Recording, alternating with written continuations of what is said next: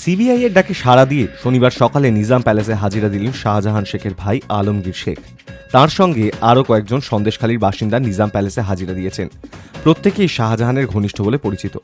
গত 5ই জানুয়ারি সন্দেশখালীর ইডির ওপর হামলার ঘটনায় সিবিআই এদের জিজ্ঞাসাবাদের জন্য ডেকেছে।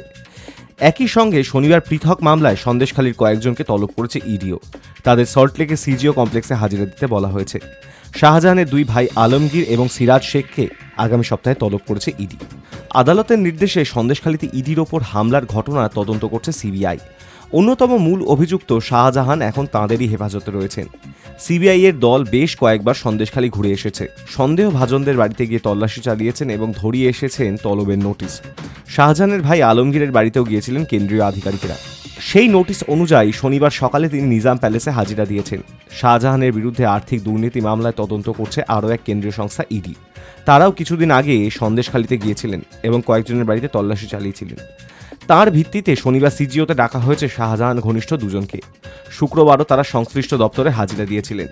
গত 5ই জানুয়ারি রেশন দুর্নীতি মামলায় তদন্তের জন্য শাহজাহানের বাড়িতে তল্লাশি চালাতে গিয়েছিল ইডি, কিন্তু বাড়িতে ঢুকতে তারা পারেননি। শাহজাহানের অনুগামীরা বাড়ির বাইরে জড়সড় হয়ে বিক্ষোভ দেখান এবং ইডি আধিকারিকদের মারধর করেন বলে অভিযোগ। তাদের হাসপাতালেও ভর্তি করানো হয়েছিল। তারপর থেকেই শাহজাহান নিখোঁজ ছিলেন। গত 29শে ফেব্রুয়ারি তাকে পুলিশ গ্রেপ্তার করে। তারপর কলকাতা হাইকোর্ট তাকে সিবিআই এর হাতে তুলে দেওয়ার নির্দেশ দেয়।